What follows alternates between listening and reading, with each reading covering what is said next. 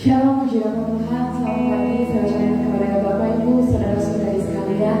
Puji Tuhan, kita masih boleh ada sebagaimana kita ada pagi hari ini. Amin. Saya berharap kita penuh dengan sukacita, ada damai sejahtera Kristus yang selalu menyertai kehidupan kita. Amin.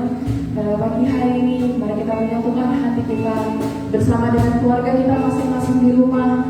Kita boleh menyembah Tuhan, kita boleh meninggikan namanya, kita mengagungkan namanya yang kudus, kita mengagungkan namanya yang sungguh ajaib dalam hidup kita. Terima kasih Tuhan, terima kasih Bapa, terima kasih buat pimpinanmu dalam hidup kami Tuhan. Haleluya, mari kita menyembah Dia. Haleluya.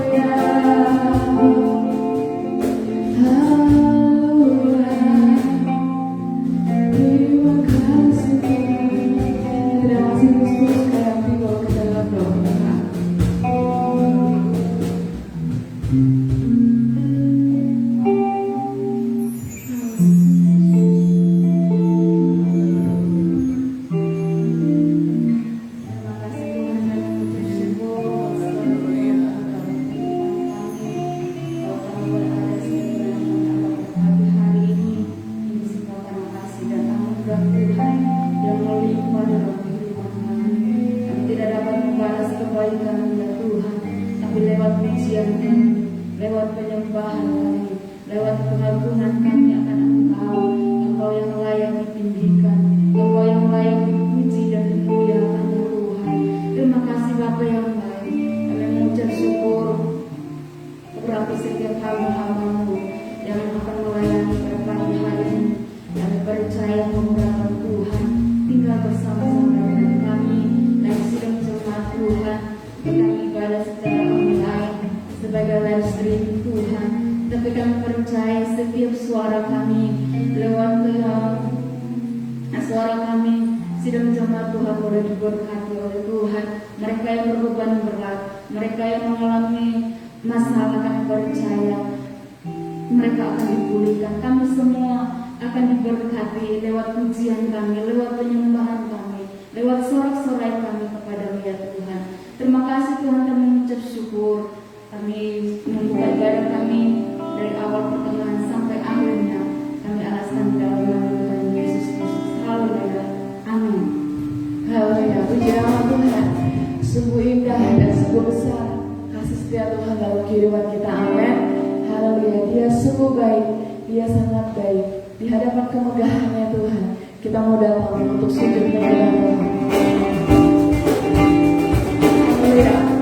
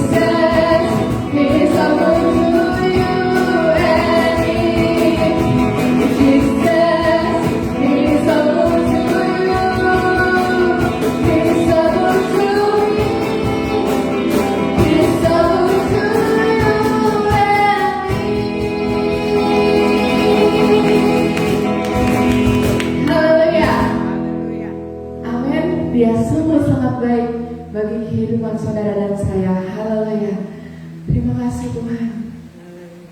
Terima kasih Bapa, terima kasih Tuhan. Kami akan percaya Tuhan, Roh Kudus-Mu ada di tempat kami masing-masing Bapa. Engkau hadir di rumah kami masing-masing Tuhan. Engkau ada di samping kami Tuhan. Engkau memberkati keluarga kami di rumah Tuhan. Dan mengucap syukur kami boleh mengenal Allah Tuhan yang seperti Engkau Bapa. Ya Yesus, inilah hidup kami. Kami mau datang menyembah Engkau Tuhan. Roh-Mu yang hidup, Kau mengurapi kami Tuhan. Haleluya.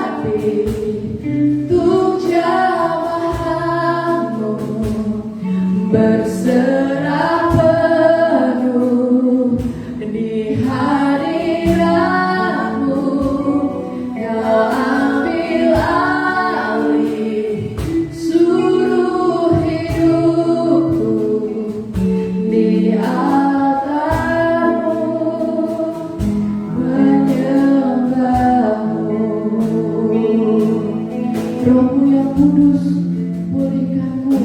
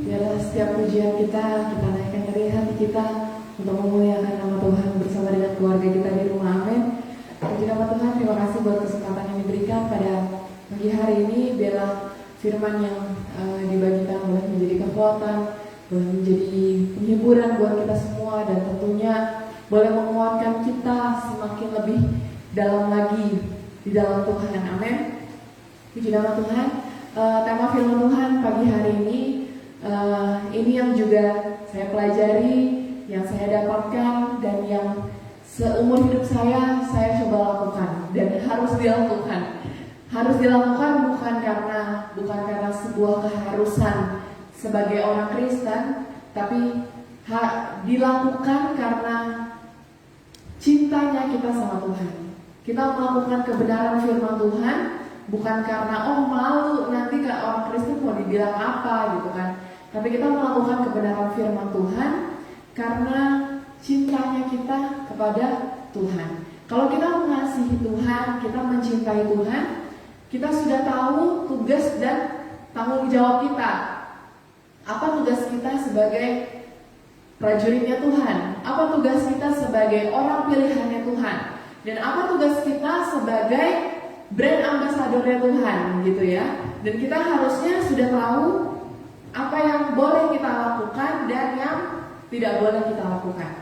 Nah, tema firman Tuhan hari ini saya coba ambil dengan judul 7 kunci keintiman dengan Tuhan. Jadi ada 7 hal, tapi nggak panjang-panjang ya.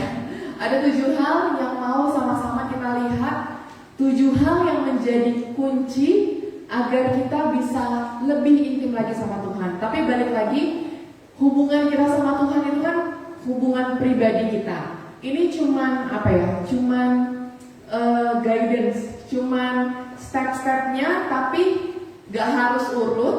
Cuman balik lagi ke diri kita sendiri. Gimana sih cara kita membangun hubungan pribadi kita sama Tuhan? Tapi ada 7 hal yang harus kita perhatikan. Ada 7 hal yang perlu kita perhatikan ketika kita mau memiliki hubungan yang lebih intim lagi sama Tuhan. Ya, jadi untuk mengenal pribadi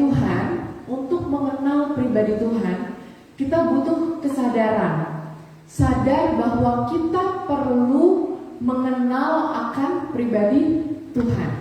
Nah, mungkin di rumah kita bisa sama keluarga kita bisa lebih intim ya. Karena kan sekarang semuanya di rumah aja gitu ya, jangan kemana-mana dulu gitu ya. Kita di rumah sama keluarga kita, sama anggota keluarga kita bisa lebih intim, bisa lebih berkomunikasi, bisa saling lebih ngobrol gitu ya. Nah, untuk bisa mengenal pribadi Tuhan, itu kita butuh kesadaran. Apakah kita sadar kita butuh mengenal Tuhan lebih dalam lagi gitu ya. Dalam Filipi 3, kita buka di Filipi 3.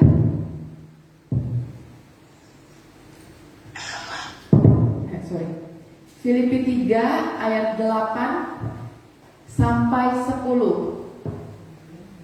Di sini Rasul Paulus berkata seperti ini.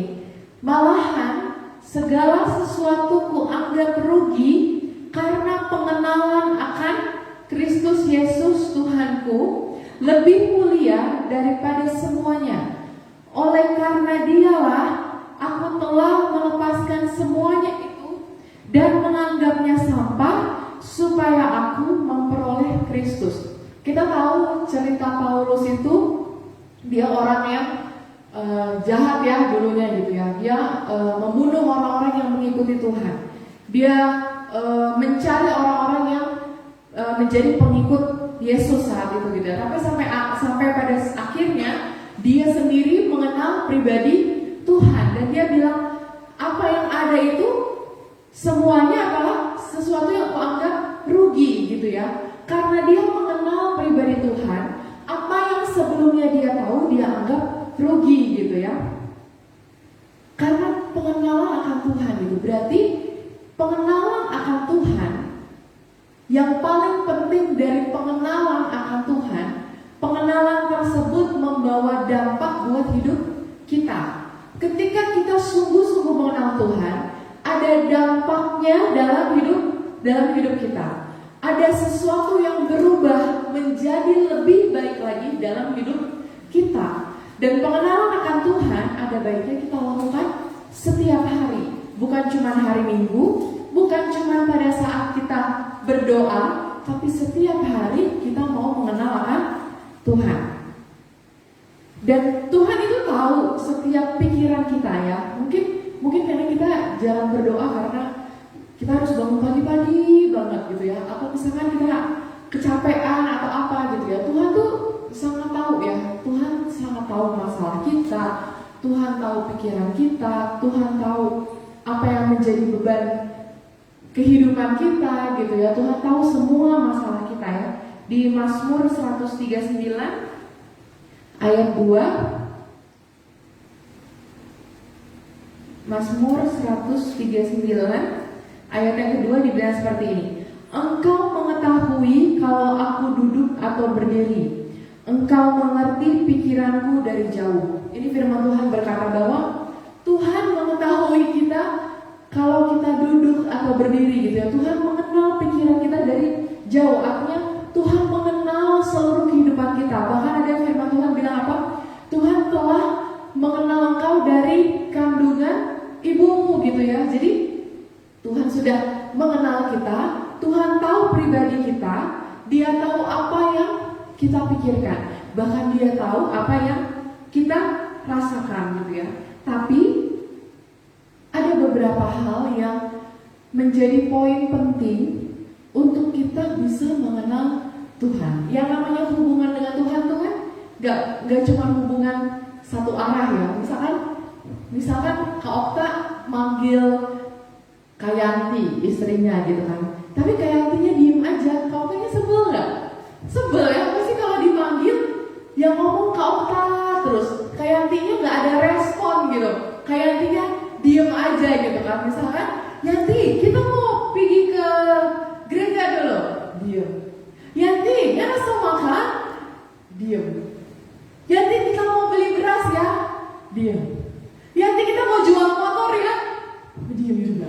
Gak ada responnya apa-apa, kan gak enak ya kalau misalkan hubungan tapi gak ada respon apa-apa. Kita tahu nih, Tuhan udah mengenal kita. Kita tahu Tuhan udah mengasihi kita. Beda cerita kalau kita gak tahu. Tapi saya yakin dan percaya, setiap kita yang ada di sini kita tahu Tuhan mengasihi kita. Amin. Gak ada lagi yang ragu akan cintanya Tuhan, atau ragu karena katanya Tuhan sayang sama saya, tapi keadaan saya begini. Ayo, kita harus jadi Kristen yang dewasa. Bukan lagi Kristen anak-anak yang makan bubur, tapi kita udah makan nasi gitu ya. Kita bukan anak-anak kecil lagi yang mempertanyakan di mana Tuhan dalam hidup saya. Di zaman akhir ini, kekristenan kita sudah harus lebih bertumbuh lagi gitu ya. Bukan kekristenan yang ECEC gitu ya, bukan yang ABG gitu, anak baru gede gitu ya. Anak baru gede tahu kan, kadang labil gitu kan, kadang ke gereja, kadang enggak, kadang berdoa, kadang enggak, itu kayak anak labil gitu ya. Tapi kita sebagai orang yang percaya sama Tuhan, kita mau dewasa rohani. Kalau kita dewasa rohani, kita sebaiknya, ada baiknya kita meresponi hubungan Tuhan, meresponi cintanya Tuhan sama kita. Kalau kita sadar Tuhan sayang sama kita. Ada beberapa hal, ada 7 hal. Yang pertama itu keinginan. This is my desire to honor you. Inilah rinduku kepadamu. Desire itu kan dipakai bahasa Indonesia rindu. Kalau rindu bahasa Inggrisnya ada juga I miss you gitu. Tapi dia nggak pakai kata this is how I miss you Lord, nggak gitu. Tapi this is my desire. Desire itu adalah keinginan, suatu gairah untuk mengenal Tuhan. Jadi pertama desire, yang kedua keterbukaan. Nanti kita bahas sedikit satu masing-masing. Yang kedua keterbukaan, yang ketiga kerendahan hati. Jadi pertama kegairahan, kedua keterbukaan, ketiga kerendahan hati, keempat ada perjanjian atau komitmen, yang kelima ketaatan, yang keenam fokus, yang ketujuh ada respon. Ya, oke. Jadi kehidupan yang kita jalani saat ini, kehidupan kita sekarang yang kita jalani saat ini, hari demi hari, apakah untuk memenuhi agenda pribadi kita, keinginan kita pribadi, atau mengalir aja tanpa tujuannya? Udahlah, hidup ini mengalir aja lah, kemana Tuhan bawa, kemana Tuhan bawa. Kita bilangnya kadang rohani banget ya gitu ya. Iya, kita mengalir lah kemana Tuhan bawa, tapi hidup kita gak ada tujuannya gitu ya. Atau kita terlalu memikirkan agenda kita sehingga kita melupakan Tuhan gitu ya. Jadi mengejar dan melakukan apa yang kita inginkan itu bagus. Namun sekiranya kita bisa lebih bijak untuk membangun hubungan kita dengan Tuhan. Gunakan kesempatan yang ada saat-saat ini untuk kita bisa lebih intim lagi dengan Tuhan. Jadi apa ya? Ada iman sama submit. Submit itu kayak gini. Kita kalau misalkan di kantor gitu ya, mau submit laporan. Submit laporan itu berarti ini terus dikasih. Nih, udah ya, udah aku kasih ya. Berarti apa yang sudah kita tuliskan, apa yang kita kerjakan, udah kita cek, udah oke, beres, kita submit. Submit laporannya ya, dikasih laporannya. Sama dengan hidup kita kita submit ke Tuhan. Kita kasih kehendak kita ke Tuhan. Kita kasih keinginan kita sama Tuhan. Kita kasih kerinduan kita sama Tuhan. Ibaratnya bangun rumah, kalau firman Tuhan ada bilangnya, Matius 7 ayat 24 sampai 27. Udah pada tahu pasti ya. Matius 7 ayat 24 sampai 27. Matius 7 ayat 24 sampai 27. Di sini berkata, dua macam dasar. Setiap orang yang mendengar perkataanku ini dan melakukannya, setiap orang yang mendengar perkataanku ini dan melakukannya, ia sama dengan orang yang bijaksana. Mendengar dan melakukan, ia sama dengan orang yang bijaksana yang mendirikan rumahnya di atas batu. Ini bicara soal fondasi. Nah, ada nggak di antara kita yang kita bangun rumah, terus kita cuma main-main aja? Oh yaudahlah, bangun aja lah rumahnya. Yang namanya kita bangun rumah, pasti kita lihat dulu dong, developernya siapa, bangunnya di daerah mana, daerahnya banjir atau enggak, airnya bagus atau enggak, rumahnya ininya dari semen yang mana gitu kan. Ada keseriusan kita ketika kita mau beli rumah atau kita mau membangun rumah. Pasti apa? Tukangnya kita pilih, orang-orang yang udah kenalan atau yang baik. Berarti kan tandanya serius. Nah, untuk membangun hubungan sama Tuhan, sebelum kita masuk ke 7 hal ini, dan sebelum kita membangun fondasi kita, adakah keseriusan kita sama Tuhan? Ya namanya orang pacaran, yang satu serius, satu gak serius, ya gak bisa jalan. Yang satunya pengen nikah, yang satunya gak mau nikah, ya gak nikah-nikah. Atau nikah tapi ntar ya bingung gimana gitu kan.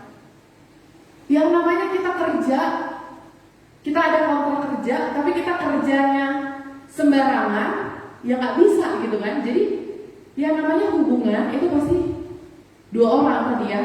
Ada komunikasinya dua arah, bukan cuma satu arah doang. Komunikasinya dua arah dan ada keseriusan. Oh ya, saya serius nih, ya saya serius nih mau bangun rumah gitu ya. Baru kita cek nih fondasinya. Oke, masuk yang pertama. Yang pertama adanya kegairahan. Kegairahan itu kerinduan kita, kegairahan kita untuk mengenal akan pribadi Tuhan.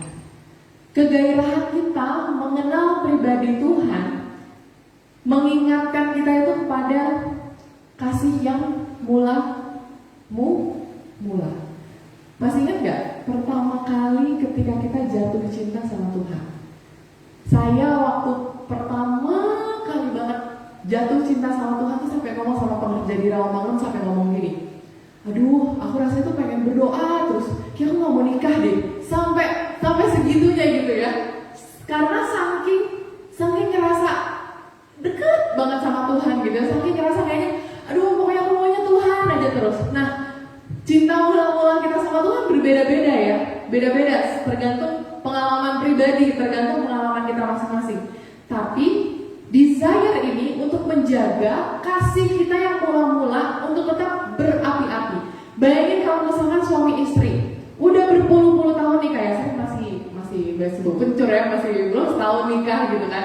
Tapi saya aja yang belum setahun nikah, kalau misalkan sayanya lagi bete gitu ya, pasti yang satu kan, pasti pasangan saya langsung, kenapa sih? Ada apa sih gitu kan? Kan harus yang satunya berapi-api, yang satunya juga berapi-api gitu ya. Kalau yang bergairah cuma satu orang aja gak bisa jalan gitu ya. Jadi kita diingatkan oleh Yohanes dalam Wahyu 2 ayat 4. Waktu itu Yohanes mengingatkan jemaat di Efesus. Wahyu 2 ayat 4 bilang seperti ini.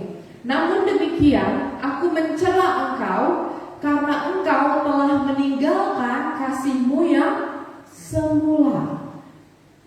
Aku mencela engkau karena engkau telah meninggalkan kasihmu yang semula. Kalau saya nggak tahu gimana cara bahasa Yunaninya ya, saya nggak belajar soal itu. Tapi kalau saya lihat arti dari bahasa Yunaninya, dia bilang gini, engkau telah meninggalkan yang pertama. Jadi ketika Tuhan menjadi yang utama, lalu masalah membuat kita jadi gak ada gairah sama Tuhan, cepat-cepat balik. Cepat-cepat balik untuk punya gairah itu. Ya, yang pertama gairah, yang kedua keterbukaan. Jadi kita bisa sampaikan apa aja kepada Tuhan melalui apa? Doa. Tuhan memang udah tahu, misalkan dia lagi butuh ini gitu kan. Tuhan tahu, tapi Tuhan juga pengen kita berdoa. Matius 6 ayat 6, Tuhan bilang apa soal doa? Matius 6 ayat 6, Tuhan Yesus bilang, tetapi jika engkau berdoa, masuklah ke dalam kamarmu, tutuplah pintu, dan berdoalah kepada Bapamu yang ada di tempat tersembunyi, maka Bapamu yang melihat yang tersembunyi akan membalasnya kepadamu. Jadi doa itu adalah pribadi kita sama Tuhan. Kita terbuka sama Tuhan, bilang apa aja sama Tuhan. Mau ngomong kayak, Tuhan, tadi aku, meskipun kita udah dewasa ya gitu ya, meskipun kita sudah dewasa gitu ya, meskipun kita udah umurnya udah banyak gitu, tapi ketika kita berdoa sama Tuhan, kita bisa terbuka, kita bisa ngomong apa aja sama Tuhan gitu. Tuhan, tadi aku jalan, terus habis saya jalan, aku kayaknya aku jatuh. Tuhan, tapi semoga gak kenapa-napa ya gitu. Maksudnya terbukanya tuh sama hal sekecil itu gitu. Sampai saya pernah sharing juga gitu ya, sampai kita mau milih baju aja tuh kita juga bisa ngomong sama Tuhan gitu. Tuhan, aku mau pakai baju apa ya hari ini gitu. Banyak hal yang kita bisa ngomong sama Tuhan, terbuka sama Tuhan.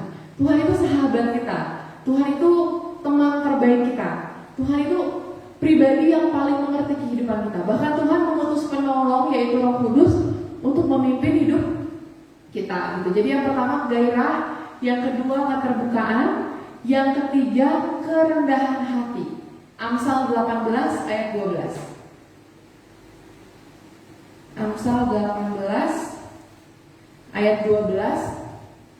Tinggi hati mendahului kehancuran, tetapi kerendahan hati mendahului kehormatan. Kerendahan hati untuk apa? Kerendahan hati untuk mengampuni.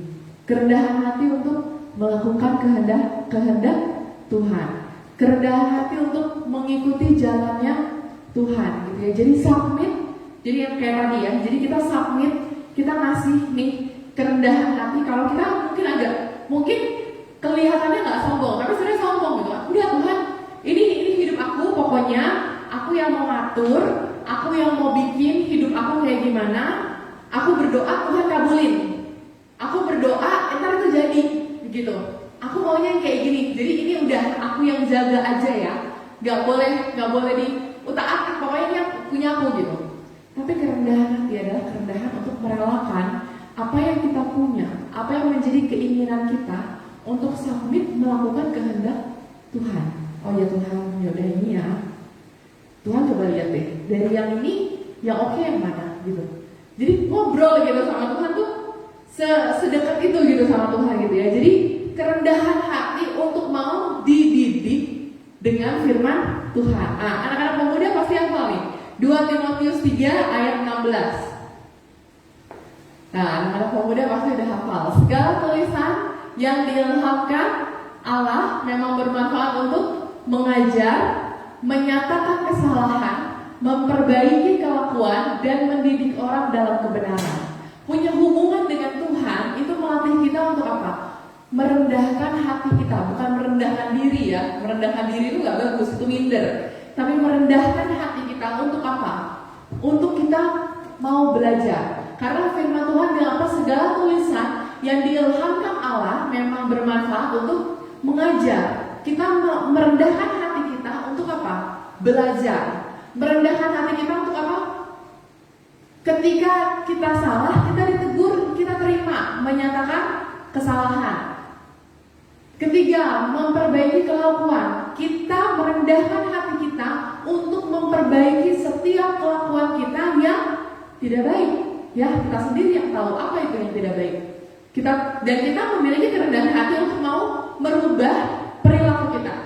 Yang keempat, mendidik orang dalam kebenaran. Kita merendahkan hati kita untuk mau dididik di dalam apa? Kebenaran firman Tuhan.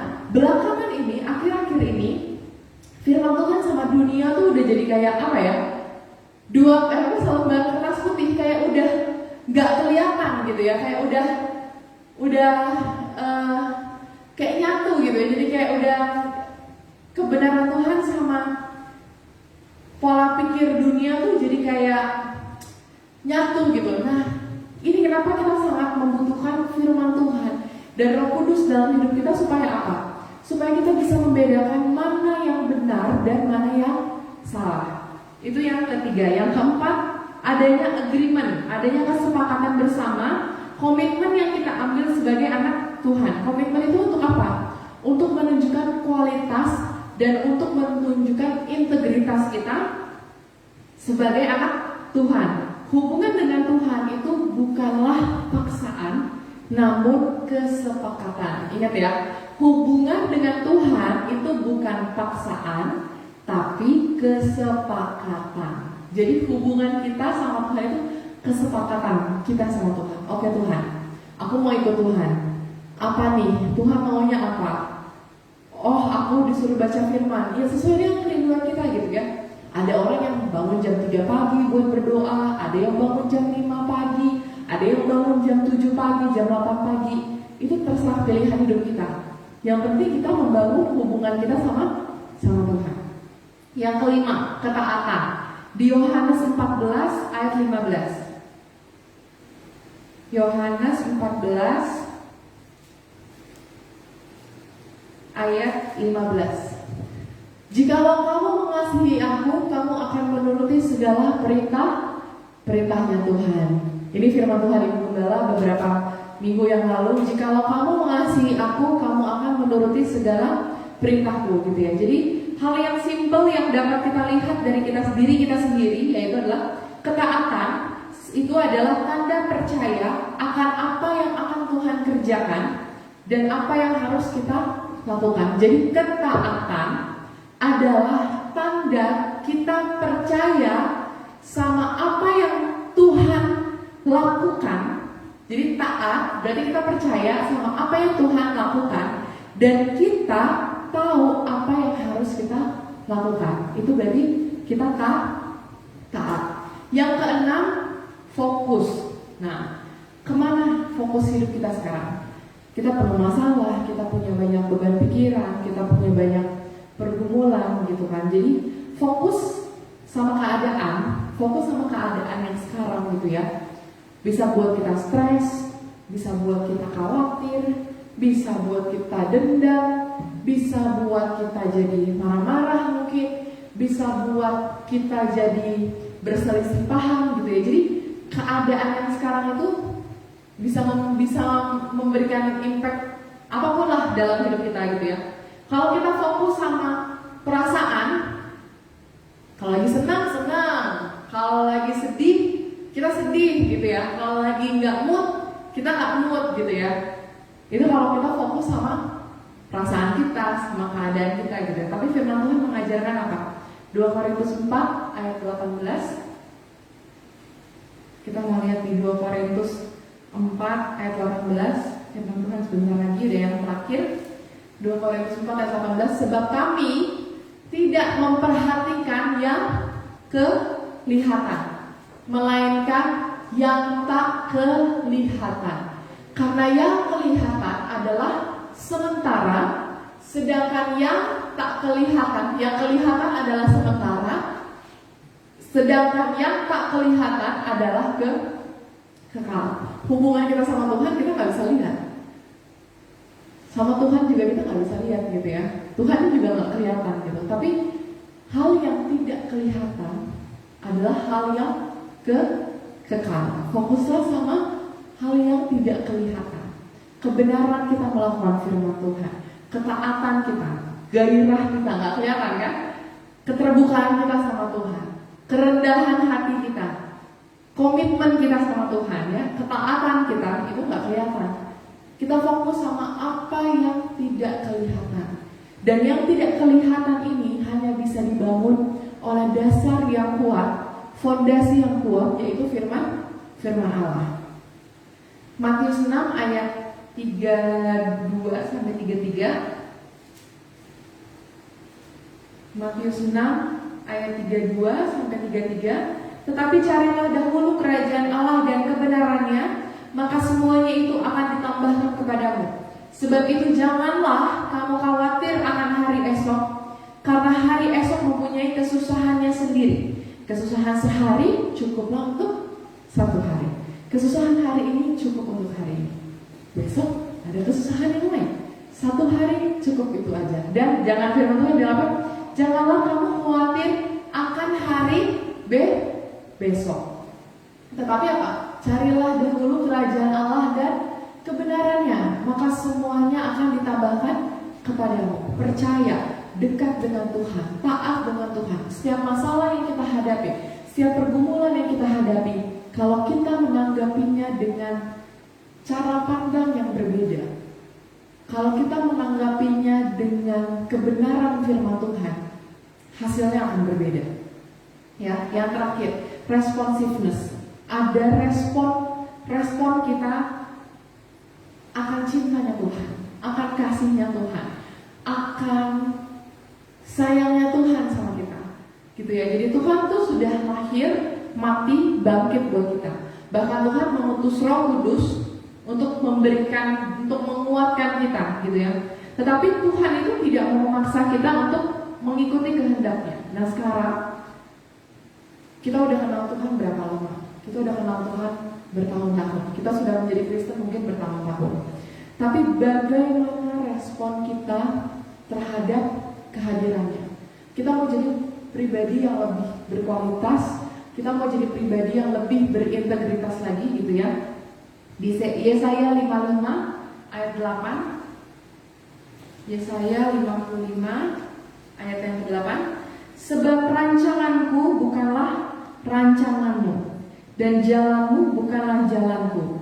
Demikianlah firman Tuhan. Ada lagu yang sering papa saya dulu nyanyiin, jalan Tuhan bukan jalanku, rencananya bukan rencanaku, tapi aku tahu Dia memberi yang terbaik, indah pada waktunya.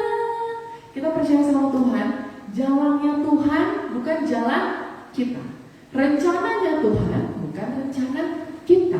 Makanya kita perlu submit apa yang kita punya. Tuhan ini ya, submit. Amsal 3 ayat 5 sampai 6. Amsal 3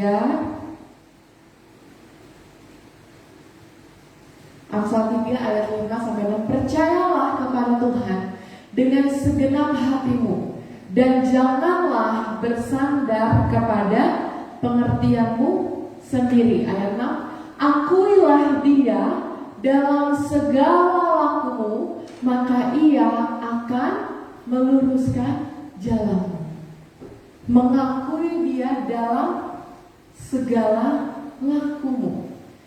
Jadi mengakui Dia dalam segala perilaku kita tuh bukan hanya setiap kita mau melakukan sesuatu kita ingat Tuhan, enggak. Tapi setiap kita melakukan sesuatu, kita melakukan itu buat Tuhan. Ketika kita misalkan mau melakukan hal yang kecil aja gitu, Tuhan suka nggak ya?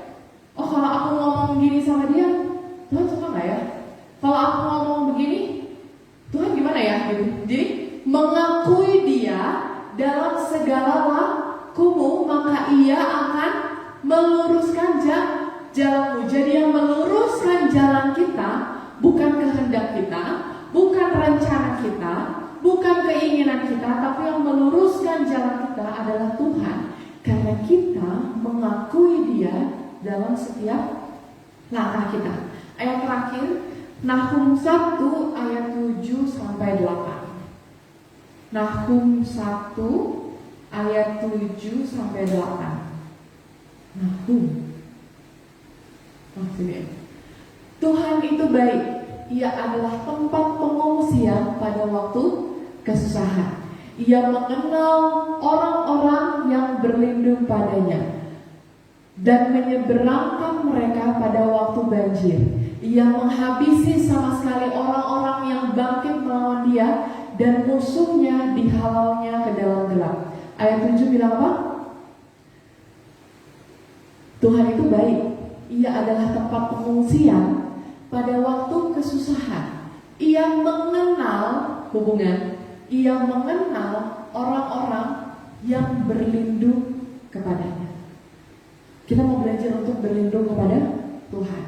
Kita mau belajar untuk menjadi pribadi yang menyenangkan Tuhan. Bukan menyenangkan orang, bukan menyenangkan siapa-siapa yang mau kita senangkan ya, tapi kita menyenangkan pribadi Tuhan. Tuhan itu cukup buat kehidupan kita. Hubungan kita sama Tuhan adalah sesuatu yang tidak kelihatan, tapi yang tidak kelihatan itu yang bisa memberikan kualitas buat hidup kita, yang bisa memberikan integritas. Integritas itu adalah apa yang kita pikirkan sama apa yang kita katakan itu sama. Ya, integritas itu apa yang kita pikirkan dan apa yang kita katakan itu sama gitu. Jadi itu jadi bertambah kalau kita benar-benar punya hubungan yang erat sama Tuhan. Puji nama Tuhan.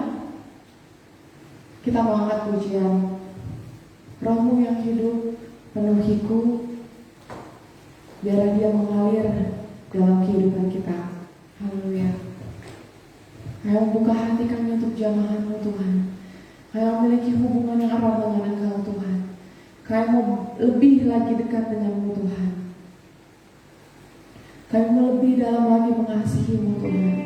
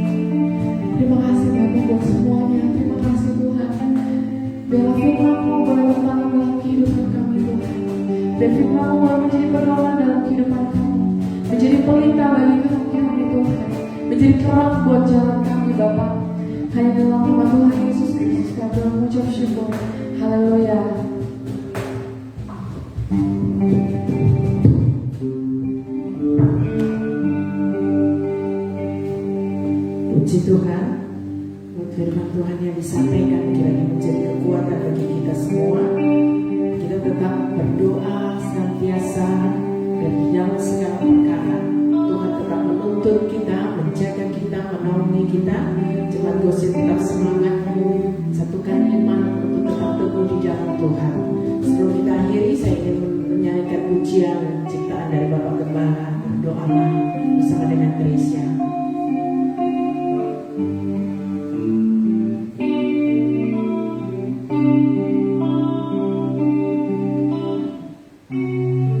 Kita tetap berdoa senantiasa kepada Tuhan, karena hanya dengan kekuatan doa kita semakin kuat di dalam Tuhan menghadapi segala perkara. Haleluya.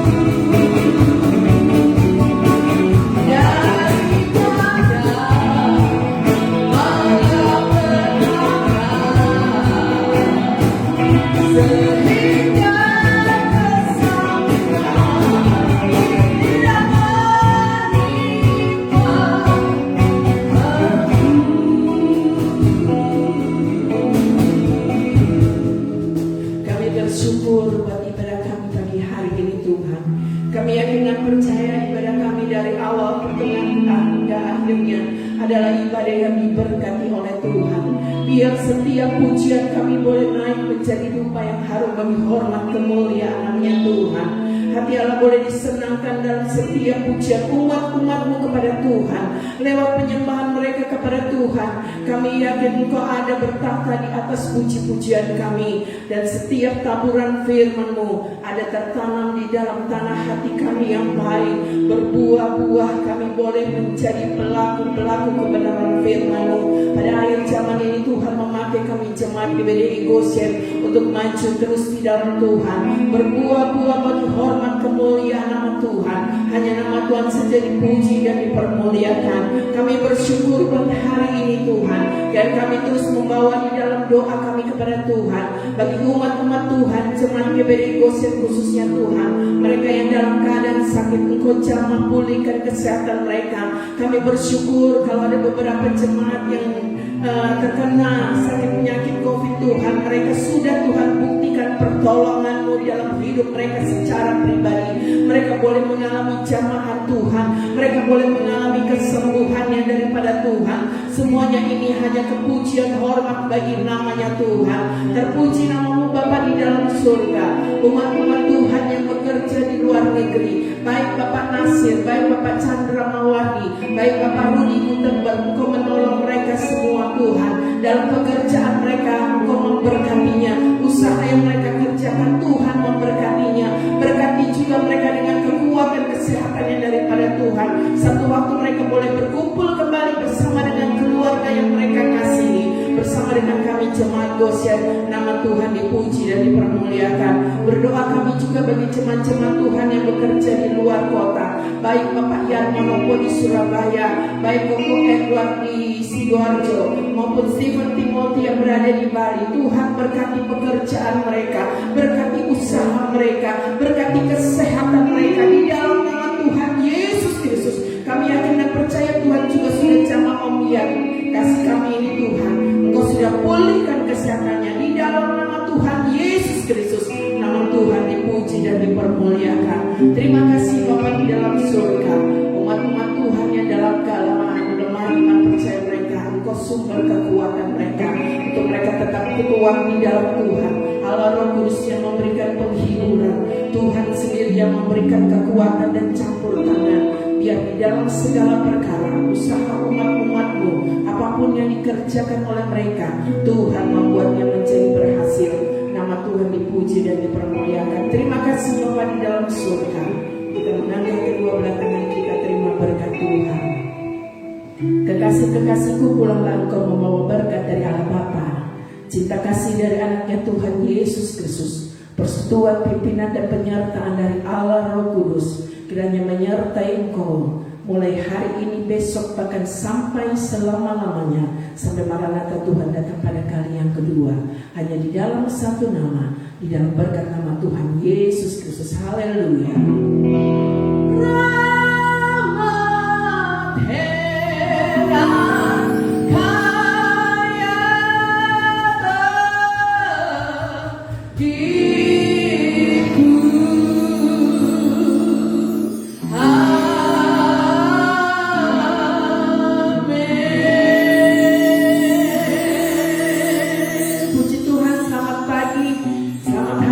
Tuhan Yesus